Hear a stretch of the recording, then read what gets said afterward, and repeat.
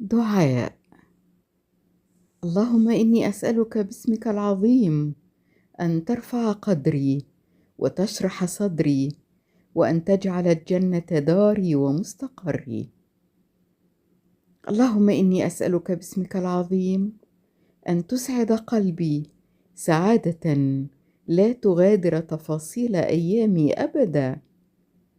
اللهم إني أسألك باسمك العظيم أن تغنيني من فضلك وتيسر لي كل عسير وأن تفتح لي أبواب الخير والرزق.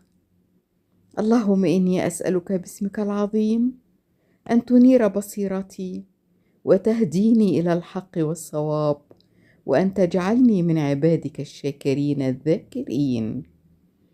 اللهم إني أسألك باسمك العظيم أن تحفظني من فواجع الأقدار ومن كل عين حاسدة ومن كل شر مستتر.